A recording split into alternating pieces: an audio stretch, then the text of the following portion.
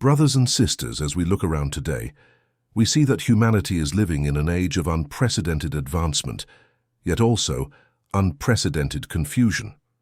We've reached the moon, we've built machines that think, we've connected continents through a single click, but somehow our hearts remain disconnected. Disconnected from meaning, from peace, and most importantly, from Allah. The world tells us that success is in wealth, beauty, fame, and comfort. So we run, faster, harder, endlessly chasing these illusions, thinking that the next job, the next gadget, or the next vacation will finally give us happiness. But the truth, dear brothers and sisters, is that we have mistaken movement for meaning. We are busy but not fulfilled, surrounded by people yet lonely, connected online but spiritually isolated. The world today is full of noise, notifications, news, and never-ending comparisons. People measure their worth by likes and followers, not by their character or deeds, and slowly that emptiness grows. Depression, anxiety, and hopelessness are not just medical terms anymore. They've become a daily reality for millions. The heart whispers, "Why am I here?" But the world offers no answer. The Prophet told us in a hadith recorded in Sahih Muslim, "Verily in the body there is a piece of flesh. If it is sound, the whole body is sound, and if it is corrupt, the whole body is corrupt. Verily it is the heart. And today that heart, the spiritual center of the human being, is suffering. People feed their minds with information, their bodies with food, but they starve their souls. And a starving soul cannot find peace, no matter how much the body enjoys. The Qur'an captures this state of confusion beautifully. They know what is apparent of the worldly life, but they of the hereafter are unaware. Surah Ar-Rum 30.7. People know everything about the latest trends, celebrities and technologies, but nothing about their own purpose. They can explain how a smartphone works, but not why their heart feels empty. And so life without purpose becomes like a ship without direction, moving fast, but towards nowhere. Many wake up, go to work, eat, sleep, repeat day after day, until one day death comes suddenly and they realize they never truly lived. They only existed. The Qur'an reminds us, indeed mankind is in loss, except for those who believe and do righteous deeds, and encourage one another to truth and patience. Surah Al-Asr 103:2-3. This short surah summarizes the modern tragedy, humans wasting their most precious gift, time. We chase temporary pleasures and lose eternal purpose. We focus on what is urgent, not what is important. We build our homes in this world, but forget to build our home in Jannah. And because of this loss of purpose, we see moral chaos spreading everywhere. When man forgets why he was created, he begins to live only for himself. Greed replaces gratitude, pride replaces humility, and selfishness replaces service. Society then becomes restless and cold, a collection of hearts without direction. But my dear brothers and sisters, Islam came as a light in this darkness. The Qur'an was revealed not just to tell us how to live, but why to live.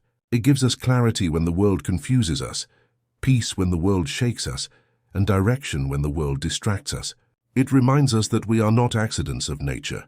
We are servants of the Creator. So, before we look at how the Qur'an gives us purpose, we must first acknowledge this truth. The world's definition of success has failed to give us peace. True success is not in having more, but in being closer to Allah. And until the human being reconnects with his divine purpose, he will continue to wander, no matter how much he owns or achieves. That, my brothers and sisters, is the real crisis of our time, a crisis of purpose. Brothers and sisters, after understanding that our modern world is suffering from a crisis of purpose, we must look deeper into its root cause, the loss of spiritual direction. The truth is, when a person forgets his Creator, he forgets himself. And when a society forgets Allah, it loses its moral compass, its peace, and its identity. Allah warns us in the Qur'an, and do not be like those who forgot Allah. So He made them forget themselves. Surah Al-Hashr 59:19. This verse captures our condition perfectly. People today are surrounded by everything they could ever want, yet they feel lost. They know their jobs, their social media passwords, their worldly goals, but they don't know their own soul. They have forgotten who they are and why they exist. The tragedy of our age is not ignorance of the world. It is ignorance of the self. People know the price of everything, but the value of nothing. We have replaced reflection with distraction. and contentment with comparison. The Qur'an tells us that when man turns away from divine remembrance, life itself becomes narrow and suffocating. But whoever turns away from my remembrance, indeed, he will have a depressed life. Surah Taha 21:24. Isn't this what we see today? Millions trapped in depression, anxiety, and emptiness, not because they lack comfort, but because they lack connection. Connection to the one who gave them life. This loss of spiritual direction is not new. It is as old as humanity itself. Shaitan promised Allah that he would mislead mankind by making the temporary world appear more attractive than the eternal one. And indeed, he fulfills that promise every day by keeping hearts busy with everything except Allah. The Prophet Muhammad foresaw this condition. He said, "By Allah, it is not poverty I fear for you. What I fear is that the world will be opened up to you, as it was opened to those before you, and you will compete in it as they competed, and it will destroy you as it destroyed them." Sahih Muslim 2961. How true are these words today? We have become slaves of competition, for wealth, for fame, for status. Our lives revolve around what people think of us rather than what Allah thinks of us.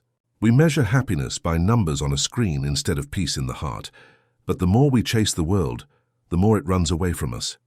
The Prophet told us, "Whoever makes the world his goal, Allah will make his poverty between his eyes. And whoever makes the hereafter his goal, Allah will make his heart content, and the world will come to him unwillingly." Sunan Ibn Majah 4105. This is the secret that modern humanity has forgotten. True direction does not come from worldly success. It comes from spiritual alignment. When your heart faces Allah, everything else falls into place. But when your heart turns away from Allah, everything else falls apart, no matter how beautiful it looks on the outside. Think of how the early Muslims lived. They had no luxury, no modern comfort, yet they lived with such purpose, passion, and peace. Why? Because they lived for Allah. Their goal was not this world, it was Jannah. Contrast that with today, when people have palaces but no peace, fame but no fulfillment, and knowledge but no wisdom. The heart that forgets its creator becomes like a compass without north, spinning endlessly, never finding rest. Brothers and sisters, this is the real meaning crisis of our time. We are not lost because we lack guidance. We are lost because we have turned away from it. The Qur'an still shines, but hearts have turned off their light. The way forward is not to run faster into the world, but to pause, to reflect, to reconnect, and to realign our direction with the one who never changes. Because every path that doesn't lead to Allah will eventually lead to emptiness. And so, as we move forward in this journey, let us turn our gaze back to the Qur'an. For it is not just a book of rules, but the blueprint for purpose. It is Allah's direct guidance for the one who is lost. It tells us not only how to live, but why to live. In the next part, we'll explore how the Qur'an itself gives us that divine blueprint, the answer to our confusion, the map to our meaning, and the light that guides us home. Brothers and sisters, after realizing how humanity has lost its spiritual direction, it's time we return to the only source that can restore it, the Qur'an. This divine book is not merely a collection of verses, it is Allah's personal guidance for every soul that feels lost, tired, or empty. The Qur'an does not just teach us how to worship, it teaches us why we exist. Allah, in His infinite wisdom, declared our purpose clearly, "And I did not create jinn and mankind except to worship me." Surah Ad-Dariyat 456. This single verse is like a key that unlocks the secret of life. It answers the deepest human question: why am I here? Our existence is not random, nor are we the product of blind chance. We were created intentionally, lovingly, by Allah, for a noble purpose, to recognize Him, to serve Him, and to live for Him. But brothers and sisters, when we hear the word worship, many think only of prayer, fasting, or reciting Qur'an. Yet the Arabic word for worship, ibadah, is far broader and deeper. It means every act done sincerely for the sake of Allah. It means living your entire life in submission to His will. Whether you're praying in the masjid, working to feed your family, or smiling at your neighbor, if your intention is for Allah, then your action becomes worship. This understanding transforms life completely. It means that every breath, every step, every word can bring us closer to Allah, if done with the right heart. The Qur'an makes this point beautifully. Say, Indeed, my prayer, my sacrifice, my living and my dying are for Allah, Lord of the world. Surah Al-An'am, verse 162. This ayah defines what it means to live with purpose, to make Allah the center of everything. When Allah becomes your focus, your life gains direction. Every hardship becomes a test. Every blessing becomes a trust, and every moment becomes an opportunity to please Him. Brothers and sisters, imagine how peaceful life would be if we truly lived this way. Instead of asking, well, what do I want from life? Or the believer asks, what does Allah want from me in this moment? That shift in perspective changes everything. It replaces confusion with clarity, fear with faith, and despair with meaning. The Qur'an constantly reminds us that this world is not our final destination. Allah says, He who created death and life to test you, as to which of you is best indeed. Surah Al-Mulk 67:2. We are not here to live forever. We are here to be tested, in patience, in gratitude, in faith. Life is a journey, not a resting place. Every joy, every sorrow, every success, and every failure is part of a divine plan designed to bring us closer to Allah. And when a believer understands this, life's difficulties no longer feel meaningless, because even pain, when endured for Allah's sake, becomes purposeful. The Prophet said, "How wonderful is the affair of the believer! There is good for him in every matter."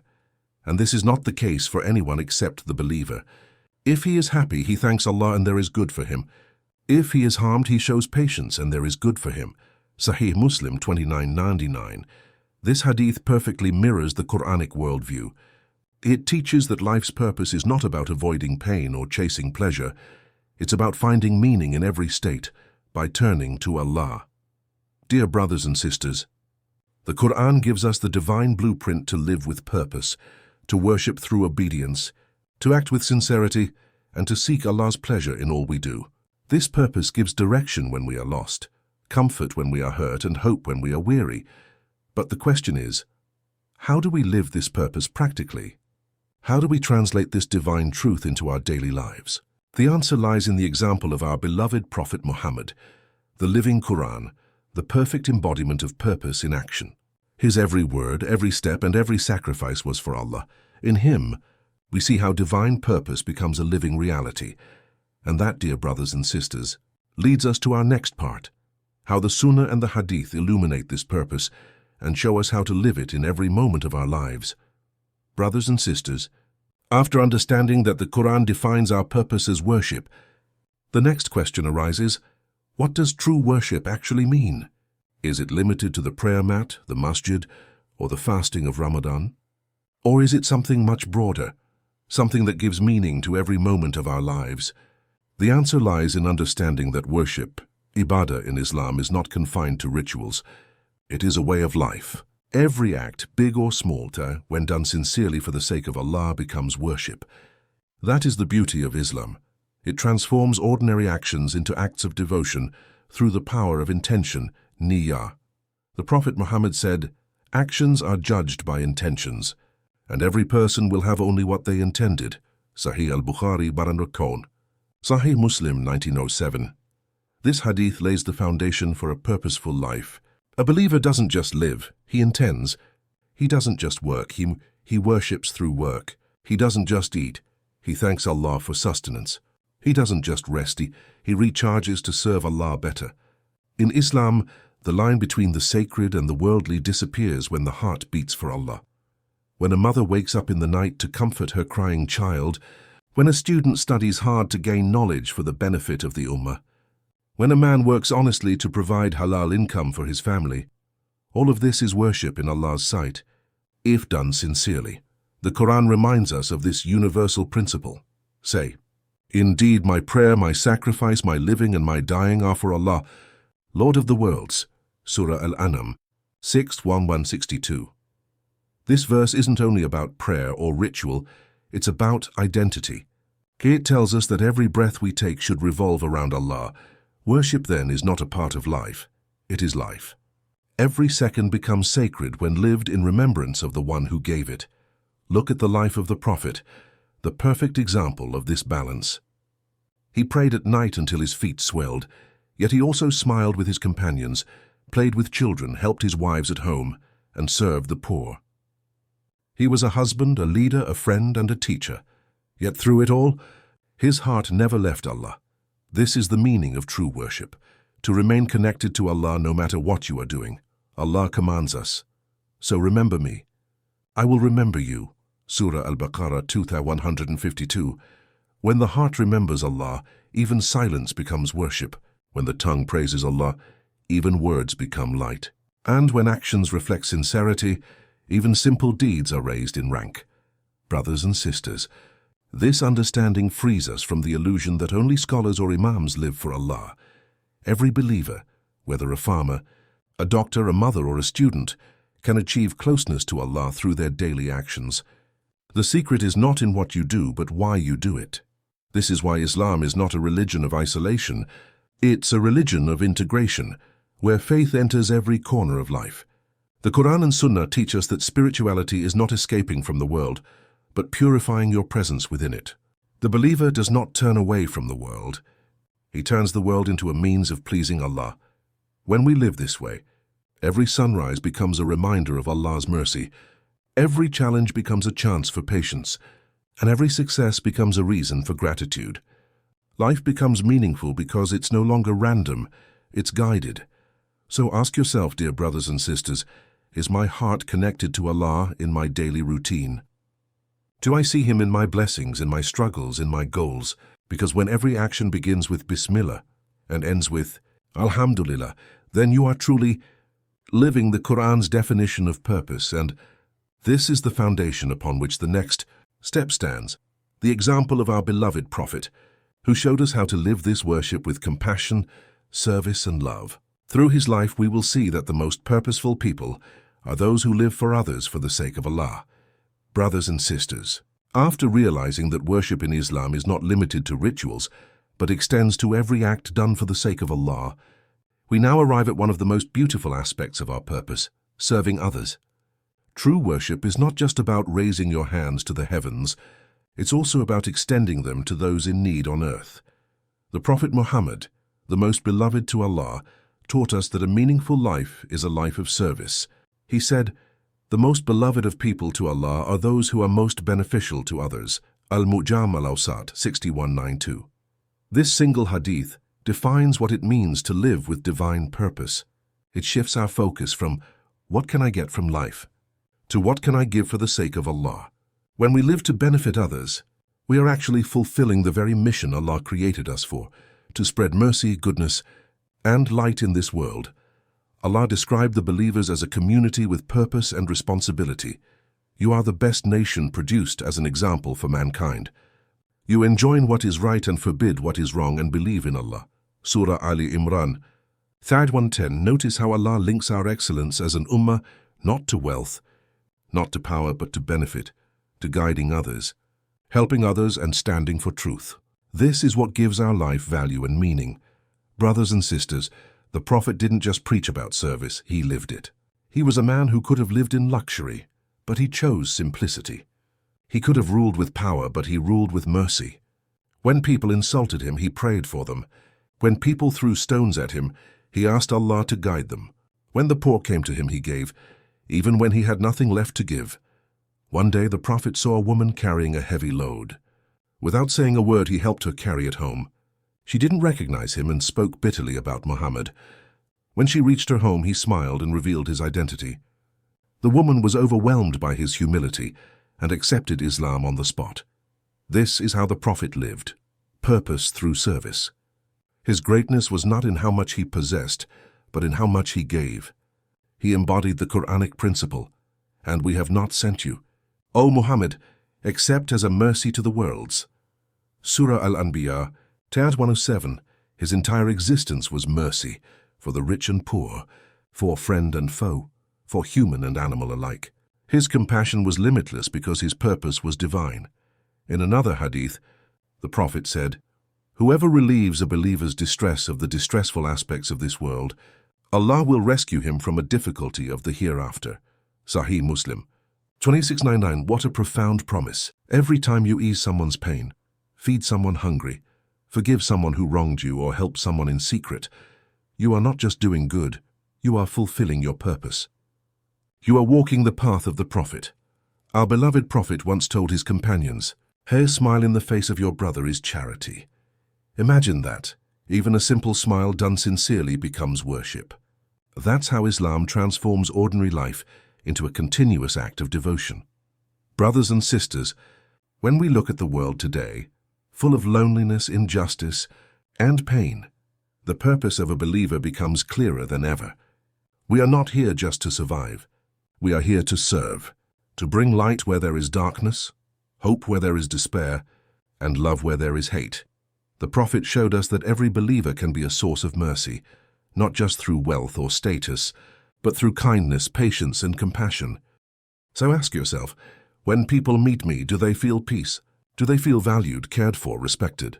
Because the true follower of the Prophet is one who becomes a comfort to others, not a burden upon them. Serving people is not separate from worship. It is worship. When your service flows from sincerity, you are standing on the same path the Prophet walked, and that is the path of those who find meaning, fulfillment, and divine closeness. As we move forward, let us now look deeper into how the Prophet embodied this purpose in his own life, how every test, rejection, and victory he faced was a reflection of living solely for Allah. Brothers and sisters, after learning that true purpose lies in service to others, it is only fitting that we turn our eyes to the greatest example of all, our beloved Prophet Muhammad. His entire life was a living reflection of purpose, compassion, and resilience. He did not just preach about meaning. He embodied it in every breath, every hardship, and every moment of mercy. From the moment of his birth to his final breath, the Prophet lived with one mission: to fulfill the command of Allah and guide humanity from darkness to light. Every joy he experienced and every pain he endured were steps along the path of divine purpose. When we study his life, we realize that purpose does not mean an easy journey. In fact, it often means walking through storms with faith as your light. The Prophet faced rejection, humiliation, hunger, loss, and loneliness, yet he never turned away from Allah's mission, because he knew that his purpose was greater than his pain.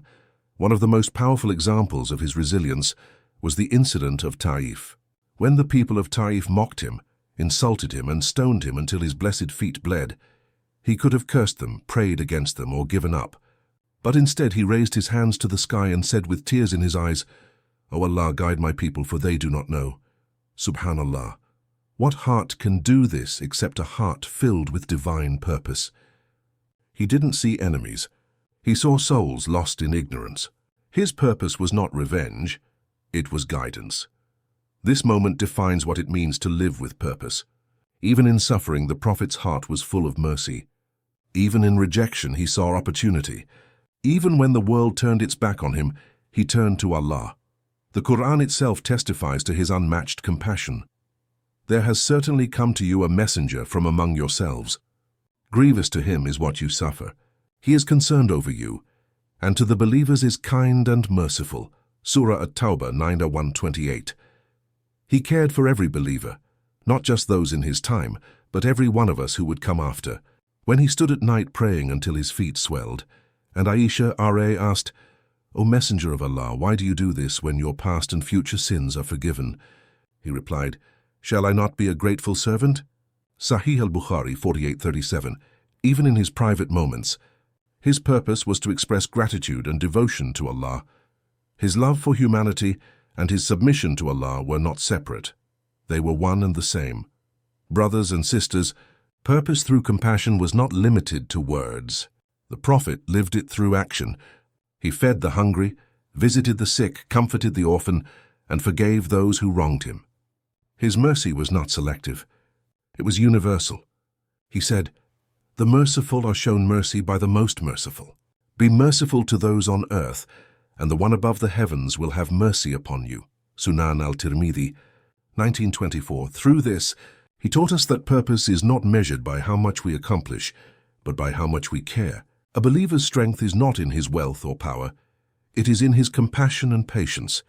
Even in the darkest hours, the Prophet remained steadfast. During the boycott in Mecca, when he and his companions were forced to eat leaves out of hunger, he never complained.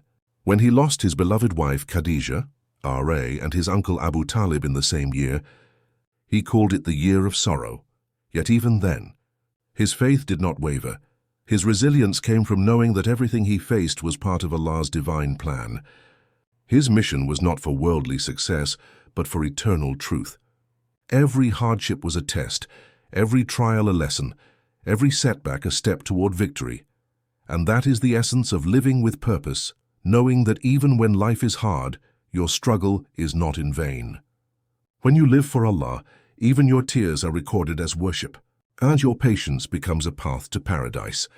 Brothers and sisters, if we want to find purpose in our own lives, we must follow the Prophet's example. When you are insulted, forgive. When you are rejected, stay kind. When you are tested, stay patient. And when you succeed, we stay humble.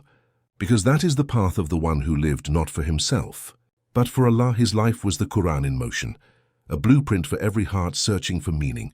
And now, as we move to the next part, we will see how those who followed him, his noble companions, the Sahaba R.A., also lived with that same divine purpose, transforming their lives and the world through their faith and dedication. After witnessing the shining example of our beloved Prophet, we find another radiant chapter in the story of purpose, the lives of his blessed companions, the Sahaba R.A. They were ordinary men and women who became extraordinary because they discovered the true purpose of life through the light of the Qur'an and the teachings of the Prophet. Their transformation is not a tale of miracles, it is a testimony to what happens when a heart surrenders completely to Allah's will. They were people who once lived for this world, but when the Qur'an entered their hearts, they began to live for the next. Take, for example, Umar ibn al-Khattab, R.A. Before Islam, he was known for his strength, pride, and even hostility toward the Muslims. Yet when he heard the verses of the Qur'an, 1 Taha, "We have not sent down to you the Qur'an to cause you distress," Surah Taha 21-2, something within him broke open. The harsh warrior became a man of justice, mercy, and deep faith. What changed Umar, R.A.? It was purpose. A purpose rooted not in ego or ambition, but in service to Allah. He found that true strength is not in conquering others, but in conquering oneself. As Caliph, he ruled with humility and fear of Allah, often walking the streets at night to check if anyone was hungry. This was the transformation of purpose, from power to responsibility, from self to service. Then look at Abu Bakr as Siddiq, R.A., the closest companion of the Prophet. His purpose was pure loyalty to Allah and His Messenger. When the Prophet announced the message of Islam, Abu Bakr did not hesitate for a second. He didn't ask for proof or argument. His heart already knew the truth. He gave all his wealth, his energy, and his life for the cause of Allah. During the Hijrah, when he was in the cave with the Prophet and fear surrounded them, Abu Bakr, R.A., whispered, "If they look down, they will see us." But the Prophet replied with calm faith, "Do not be afraid. Indeed, Allah is with us," and Surah At-Tawbah 9:40. That moment captured their purpose, complete reliance upon Allah, even when the world was against them. And what about Bilal ibn Rabah, R.A., a slave who became a symbol of spiritual freedom? When he was tortured by his master under the scorching sun, he kept repeating one word, "Ahad, Ahad, one, one." His body was chained, but his heart was free. His purpose gave him strength greater than any iron or whip. He lived for one reason, to proclaim the oneness of Allah. The Qur'an had liberated him, not just from slavery, but from fear, from doubt, from despair. His purpose was simple yet unshakable, to live for Allah alone. Even the women among the Sahaba embodied the same spirit. Khadija, R.A., found purpose in supporting the Prophet with her love, wealth, and wisdom. Sumayya bint Kayat, Rasti, became the first martyr in Islam. She stood firm in faith and faced death with dignity, proving that purpose is stronger than fear. Each of these companions found meaning not in luxury, but in sacrifice, not in comfort, but in conviction. They understood that when your purpose is aligned with Allah, even pain becomes peace and loss becomes gain. Their lives remind us that Islam is not a theory, it is a transformation. The Qur'an doesn't just speak to the mind, it awakens the soul. When they recited verses about Jannah, they felt as if they could see it. When they heard verses about hell, they wept, as if they stood before it. That was the depth of their purpose. Every breath was for Allah, every action for the hereafter. And because of that divine purpose, Allah honored them with victory and remembrance. He said, "And the first forerunners in faith among the Muhajirin and the Ansar and those who followed them with good conduct, Allah is pleased with them, and they are pleased with Him." Surah At-Tawbah 9-100. Imagine that, Allah Himself declaring His pleasure with them. This is the ultimate fruit of a life lived with purpose, to be pleased by Allah and to please Him in return. Brothers and sisters, the Sahaba teach us that purpose is not found in words, but in action. It is not discovered in isolation, but through living the Qur'an. They found their purpose because they lived for something higher than themselves, for the truth, for justice, for the pleasure of Allah. If we wish to find meaning in our lives today, we must walk their path, to make the Qur'an our guide, the Prophet our model, and Allah's pleasure our goal. Only then will we taste the same peace they tasted, the peace of knowing why we live, whom we serve, and where we are going. My dear brothers and sisters, as we come to the end of this reflection, let us pause and look deep into our own hearts. Every one of us was created for a reason. We were not born by accident, nor are we wandering without direction. The Qur'an reminds us with clarity and tenderness. Did you think that we created you in play without any purpose, and that you would not be brought back to us? Surah Al-Mu'minun 23:1-15. This verse shatters the illusion that life is random or meaningless. Every heartbeat, every breath, every tear, and every smile carries divine intention. Allah created us not to chase the world, but to use the world as a path to Him. Our purpose, as the Qur'an beautifully declares, is simple yet profound. And I did not create the jinn and mankind except to worship me. Surah Ad-Dariyat 51-56. Worship here does not mean only prayer or fasting. It means living every moment with awareness of Allah. It means seeking His pleasure in every action, in our studies, our work, our family, our service to others, and even in our patience during hardship. Worship is when your entire life becomes an act of devotion. The Prophet showed us that this path of purpose is not just for prophets or saints, it's for everyone. Whether you are a student seeking knowledge, a parent raising children, a worker earning halal sustenance, or a believer fighting their inner struggles, every step, when done for Allah, becomes a step toward your purpose. The companions R.A. proved that no matter your past, your mistakes, or your background, the Qur'an can transform you. They were shepherds, merchants, slaves, and warriors, but when they connected to the Qur'an, they became lights for the entire world. That is the power of divine purpose. It turns the ordinary into extraordinary. So what do we learn from all this? We learn that a meaningful life is not about how much we have, but who we are becoming in the eyes of Allah. True success is not measured by wealth or status. It is measured by faith, sincerity, and service. The Prophet said, "The best of people are those who are most beneficial to others." Al-Mu'jam al-Awsat 5787. Our purpose then is not to live for ourselves, but to make a difference, to bring peace where there is pain, light where there is darkness, and hope where there is despair. Even when life feels uncertain, remember, Allah never created a soul without purpose. Your pain has meaning. Your delay has wisdom. Your journey has direction. Every trial you face is a test designed to bring you closer to Him. And when you walk with that awareness, when you align your heart with the Qur'an and follow the footsteps of the Prophet, life transforms. The noise of the world becomes silent, and you begin to hear the call of eternity whispering in your heart.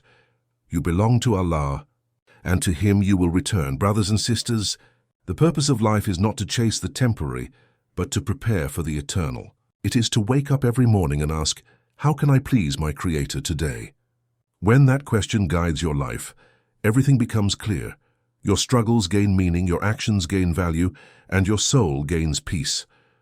So let us renew our intention today. Let us live as the Qur'an teaches, with humility, compassion, and clarity. Let us walk the path of the Prophet, with patience and purpose. Let us strive like the Sahaba, rhying with sincerity and strength. And when our time comes to return to Allah, may He welcome us among those who lived with purpose and died with faith. May we hear the most beautiful words ever spoken to a soul. O tranquil soul, return to your Lord well pleased and pleasing to Him. Enter among my servants, and enter my paradise. Surah Al-Fajr 89:27-30. That guy, dear brothers and sisters, is the ultimate destination of a life lived with purpose, peace in this world, and eternal peace in the next.